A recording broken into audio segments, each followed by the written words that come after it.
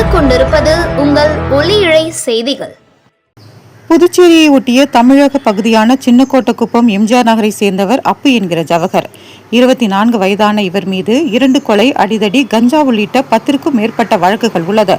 கடந்த ஆண்டு அக்டோபர் மாதம் புதுச்சேரி முத்தியால்பேட்டையில் உள்ள ஒரு பேக்கரியை மாமூல் கேட்டு சூறையாடிய வழக்கில் புதுச்சேரி போலீசார் அவரை கைது செய்து காலாப்பட்டு சிறையில் அடைத்தனர். கடந்த 1 மாதத்திற்கு முன்பு அவர் ஜாமீனில் வெளியில் வந்தார். இந்நிலையில் கோட்டைமேடு பகுதியைச் சேர்ந்த பாலகணேஷ், சின்ன முதலியார் சாவடியைச் சேர்ந்த சின்னப்பிள்ளை ஆகியோருடன் சின்னக்கோட்டக்குப்பம் கறிக்கடை சந்து அமைதி நகரில் அமர்ந்து அவர் சம்பவத்தன்று மது அருந்திக் கொண்டிருந்தார். அப்போது 2 சக்கர வாகனங்களில் வந்த 10க்கும் மேற்பட்ட கும்பல் அவரை சுற்றி வளைத்து கத்தி, அரிவாள் உள்ளிட்ட பயங்கர ஆயுதங்களால் அவரை கொலை செய்து விட்டு சென்றது.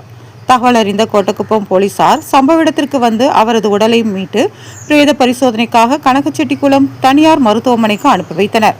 போலீசார் நடத்திய முதற்கட்ட விசாரணையில் கடந்த 5 ஆண்டுகளுக்கு முன்பு சவ ஊர்வலத்தில் அப்புவிற்கும் புதுவை கருவடிக்குப்பம் பகுதியைச் சேர்ந்த சிலருக்கும் தகராறு ஏற்பட்டு மோதலாக மாறியுள்ளது.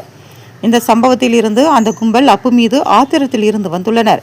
இதன் காரணமாகவே அப்பு கொலை செய்யப்பட்டிருக்கலாம் என்று போலீசார் கருதுகின்றனர்.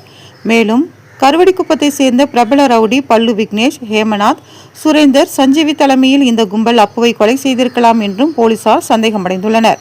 கொலைக்கு முன்னர் அப்புவுடன் மது அருந்திக் கொண்டிருந்த பாலகணேஷ் மற்றும் சின்னப்பிள்ளை ஆகியோர் அப்புவின் எதிராளிகள் என்று